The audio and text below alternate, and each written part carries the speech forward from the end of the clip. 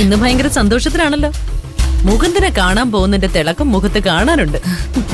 എല്ലാ ദിവസവും കണ്ടോണ്ടിരുന്ന ആളെ ഇപ്പൊ വല്ലപ്പോഴും മാത്രം കാണാൻ കിട്ടുന്ന.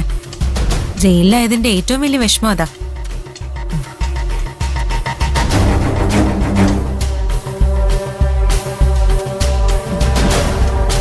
എന്താടി ഇന്ന് മുകുന്ദനെ കാണാൻ പോകുന്നില്ലേ? ഉണ്ടെങ്കിൽ നിനക്കെന്താ? അവനോട് എന്റെ അന്വേഷണം പറഞ്ഞേക്ക്. ഒന്നുമില്ലെങ്കിലും ഞാൻ അവന്റെ ആദ്യത്തെ പ്രണയമല്ലേ. എന്താടി നീ പറയുന്നേ? അത് ശരി, അതൊന്നും അവള് പറഞ്ഞില്ലേ? എന്നോട് മുകുന്ദന് അസ്ഥിക്ക് പിടിച്ച പ്രണയമായിരുന്നു. ഞാൻ അവനെ ഉപേക്ഷിച്ചപ്പോ അവൻ ആത്മഹത്യക്ക് വരെ ശ്രമിച്ചു. അപ്പൊ അവന്റെ ജീവൻ രക്ഷിച്ചത് ഇവളാ. അന്ന് മുതലാ ഇവര് തമ്മില് പ്രേമത്തിലായത്.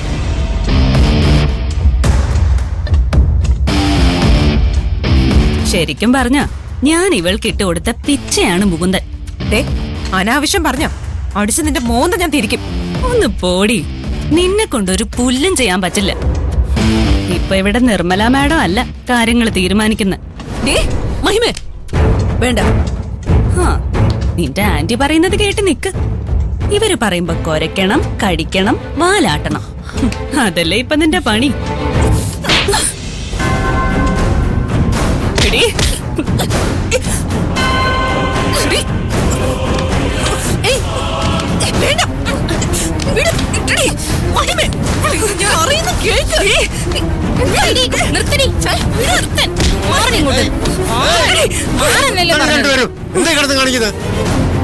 എന്റെ അധികാരത്തിലുള്ള ഈ ജയിൽ വെച്ച് തല്ലുണ്ടാക്കാനുള്ള ധൈര്യം ഉണ്ടോടി നിനക്ക്? നിന്റെ അഹങ്കാരമൊക്കെ ഞാൻ തീർത്തുതരാം. സാറേ, പ്രശ്നം തുടങ്ങിയത് ഈ സ്വപ്നയാ. ആദ്യം അടിച്ചാരാ? മഹിമയാണ് സാറേ, ഞാൻ കണ്ടതാ. ഇവള് മഹിമയെ പ്രകോപിപ്പിച്ചതുകൊണ്ടാ അവള് തല്ലിപ്പോയത്. ഓ, അങ്ങനെ ആര് പ്രകോപിപ്പിച്ചാലും ഇവള് തല്ലോ? നീ അത്രയ്ക്ക് വലിയ തല്ലുകാരിയാണ്. നിനക്ക് സ്വപ്ന പറഞ്ഞതിൽ എന്തെങ്കിലും പരാതി ഉണ്ടെങ്കിൽ അത് സാറിനോട് പറയണമായിരുന്നു. അല്ലാതെ കാര്യങ്ങൾ സ്വന്തം കയ്യിൽ എടുക്കല്ല വേണ്ടത്. എന്തായാലും ഇതിനുള്ള ശിക്ഷ കൊടുക്കാതിരിക്കാൻ പറ്റില്ല. ഇവള് സോൾട്ടറി കിടക്കട്ടെ. പിന്നെ ഇന്ന് മുതൽ ഒരാഴ്ചത്തേക്ക് ഇവക്ക് വിസിറ്റിംഗ് റൈറ്റ്സ് കൊടുക്കണ്ട.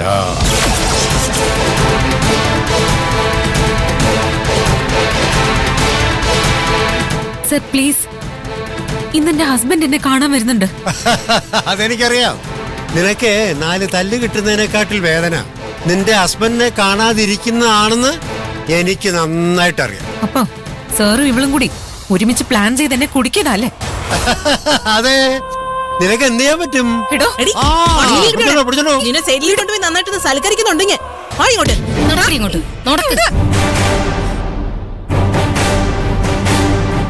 താനീ ചെയ്തു കൂട്ടുന്നതിനൊക്കെ കണക്ക് പറയേണ്ടി വരും.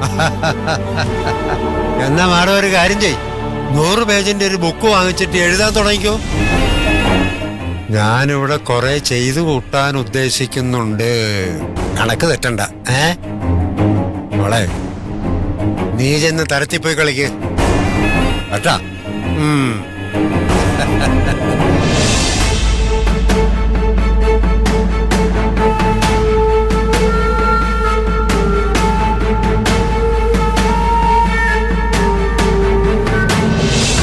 മേഡം, വിസിറ്റിംഗ് ടൈം കഴിയാറായല്ലോ. മഹിമ എന്ത് ഇതുവരെ വരാത്തെ? മഹിമയെ പ്രതീക്ഷിച്ച് താൻ ഇനി ഇവിടെ നിന്നിട്ട് ഒരു കാര്യമില്ല. അതെന്താ? ഒരാഴ്ചത്തേക്ക് അവളുടെ വിസിറ്റിംഗ് റൈറ്റ്സ് പിൻവലിച്ചു. അവൾക്ക് ആരെയും കാണാൻ അനുവാദമൊന്നുമില്ല. അതെങ്ങനെ ശരിയാവാ? ഇതൊക്കെ റൂൾസിനെതിരല്ലേ? അന്തേവാസികൾ എന്തെങ്കിലും പ്രശ്നം ഉണ്ടാക്കിയാലേ സൂപ്രണ്ടിന് തക്കതായ ശിക്ഷ നൽകാനുള്ള അവകാശമുണ്ട്. ജോർജ് സാറ് മഹിമയ്ക്ക് കൊടുത്ത ശിക്ഷയത്. അവൾ എന്ത് ചെയ്തിട്ടാ നിങ്ങൾ ഇങ്ങനെ ശിക്ഷ കൊടുത്തത്? ജയിലിൽ അടി ഉണ്ടാക്കിയതിന്. അവൾക്ക് ആ സ്വപ്നയോട് പണ്ടേ ഒരു വൈരാഗ്യം ഉണ്ടായിരുന്നല്ലോ. അത് തീർക്കാൻ പറ്റിയ സ്ഥലവാ ജയിലെന്ന് അവൾക്ക് തോന്നി. ജോർജ് സാറ് തൂക്കിയെടുത്ത് സോളിറ്ററി സെല്ലിലിട്ട്. സോളിറ്ററി സെല്ലിലോ? ഇങ്ങനെ തോന്നിയതുപോലെ ശിക്ഷ നടപ്പാക്കാൻ ഇയാൾക്ക് ആര് അധികാരം കൊടുത്തത്? എനിക്ക് അയാളെ കാണണം. വക്കീലെ, വെറുതെ ആവേശത്തിൽ എടുത്ത് ചാടണ്ട. ഇതിനകത്ത് എന്ത് ചെയ്യണം ചെയ്യേണ്ടെന്നൊക്കെ തീരുമാനിക്കുന്നതേ ജോർജ് സാറാ. കുറച്ചു ദിവസം മുമ്പ് ഇതുപോലൊരു ഭർത്താവ് ജോർജ് സാറിനെ ചോദ്യം ചെയ്യാൻ ചെന്നതാ. ഇപ്പോഴേ ജയിലില് മയക്കുമരുന്ന് വിൽക്കാൻ ശ്രമിച്ച കേസില് സെൻട്രൽ ജയിലാ കക്ഷി. സാറ് മജിസ്ട്രേറ്റ് ടെസ്റ്റ് ഒക്കെ എഴുതി നിൽക്കുവല്ലേ, വെറുതെ ജോർജ് സാറുമായിട്ട് ഉടക്കി ആ അവസരം പാഴാക്കണോ? നിങ്ങൾ എന്നെ ഭീഷണിപ്പെടുത്തുകയാണോ? ഞാൻ സത്യം പറഞ്ഞതേ ഉള്ളൂ. ജോർജ് സാറുമായി ഉടക്കാൻ ചെന്ന വക്കീലിന്റെ വിധിയായിരിക്കും. ഇനി എന്തു വേണോന്ന് സാറിന് തീരുമാനിക്കാം. വക്കീലിന് ആകെ വയസ്സായ അമ്മ മാത്രമല്ലേ ഉള്ളൂ. നിങ്ങൾ രണ്ടുപേരും ജയിലിലായ പിന്നെ ആ അമ്മ വേണ്ടേ നിങ്ങൾക്ക് വേണ്ടി കോടതി കയറി ഇറങ്ങാൻ? ഈ പ്രായത്തില് വെറുതെ ആ പാവത്തിനെ ബുദ്ധിമുട്ടിക്കണോ? സ്വന്തം അവസ്ഥ മനസ്സിലാക്കി ഒതുങ്ങി പോകുന്നതാ ബുദ്ധി. വക്കീൽ എങ്ങനെയെങ്കിലും മഹിമയെ പുറത്തിറക്കാൻ പറ്റുമോ നോക്ക്. ഇവിടെ വന്ന് അലമ്പുണ്ടാക്കിയിട്ട് ഒരു കാര്യമില്ല.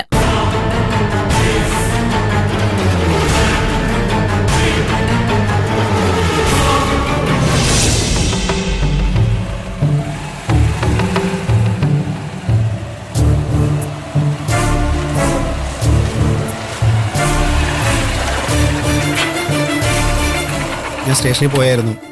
മഞ്ജു ഇറങ്ങിയെന്ന് അരവിന്ദാക്ഷൻ സാറാ പറഞ്ഞത്. എന്താ മോന്ത പറ്റിയത്? ഞാനേ മഹിമയെ കാണാൻ ജയിലിൽ പോയിട്ടുണ്ടായിരുന്നു. അവക്ക് എങ്ങനെയുണ്ട്? കാണാൻ പറ്റിയില്ല. എന്തു പറ്റി? അവളെന്തോ പ്രശ്നം ഉണ്ടാക്കിയതുകൊണ്ട് സൂപ്രണ്ട് ശിക്ഷിച്ചു എന്നാ പറഞ്ഞേ.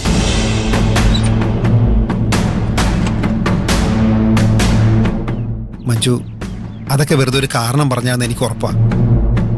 ഞങ്ങള് പരസ്പരം കാണുന്ന സമയത്തെങ്കിലും അവൾക്ക് കുറച്ച് മനസ്സമാധാനം കിട്ടുമെന്ന് വിചാരിച്ച് അയാൾ ഒഴിവാക്കുന്നതാ. അയാള് മഹിമ ഒരുപാട് ബുദ്ധിമുട്ടിക്കുന്നുണ്ട് മഞ്ജു. അയാൾ ഗോപാലിന്റെ ആളാ. എനിക്കറിയാം മോന്ത. എന്നിട്ട് മഞ്ജു എന്താ ഒന്നും ചെയ്യാത്തെ? ഞാൻ ആ ജോർജ് സാറിനെ നേരിട്ട് പോയി കണ്ടിരുന്നു. മഹിമയ്ക്ക് വേണ്ടി സംസാരിക്കുകയും ചെയ്തു. അയാള് ഒരു തരത്തിലും മഹിമയോട് അയവ് കാണിക്കാൻ സാധ്യതയില്ല. ഗോപാലിന് എറിഞ്ഞു കൊടുക്കുന്ന കാശിന് വേണ്ടി എന്തും ചെയ്യുന്ന ഒരുത്തനാ ജോർജ്. അയാളുടെ സംസാരത്തിൽ നിന്നും എനിക്കും അത് തന്നെയാ മനസ്സിലായത്. ഐശ്വര്യ മാഡം അടക്കം പല ഓഫീസർമാരെ കൊണ്ടും ഞാൻ അയാളെ വിളിപ്പിച്ചു. പക്ഷേ പ്രത്യേകിച്ച് ഒരു ഗുണം ഉണ്ടായില്ല. ജോർജിനെ ആ സ്ഥാനത്തുനിന്ന് മാറ്റിയില്ലെങ്കിൽ മഹിമയ്ക്കത് പ്രശ്നമാവും. അതൊന്നും നടക്കാൻ പോകുന്നില്ല മോന്ത. ഗോപാലിന് ഇഷ്ടം പോലെ കാശും സ്വാധീനം ഉപയോഗിച്ച ജോർജിനെ അവിടെ നിയോഗിച്ചത്. മഹിമയെ ബുദ്ധിമുട്ടിക്കാൻ മാത്രമല്ല ജോർജിന്റെ ലക്ഷ്യം. സ്വപ്നയ്ക്ക് വേണ്ട സൗകര്യങ്ങളെല്ലാം ജയിലിൽ ഒരുക്കി കൊടുക്കാൻ കൂടിയാ. സ്വപ്ന അവിടെ കഴിയുന്നിടത്തോളം കാലം അയാളെ അവിടുന്ന് മാറ്റാൻ ഗോപാലൻ സമ്മതിക്കില്ല. പിന്നെ അവൾക്കൂടി നമുക്ക് എന്താ ചെയ്യാൻ പറ്റുക? പീതാംബരന്റെ കൊലയാളിയെ കണ്ടുപിടിക്കണം. അതല്ലാതെ വേറൊരു വഴിയില്ല. മഹിമ നിരപരാധിയാണെന്ന് തെളിയിച്ച് ജയിലിൽ നിന്ന് പുറത്തിറക്കണം. ഞാൻ പറ്റുന്നതും വേഗത്തിൽ കേസിന്റെ അന്വേഷണം നടത്തുന്നുണ്ട്. അതുവരെ മഹിമയ്ക്ക് കുഴപ്പം വരാതെ എങ്ങനെ നോക്കാനാ? അത് ദേ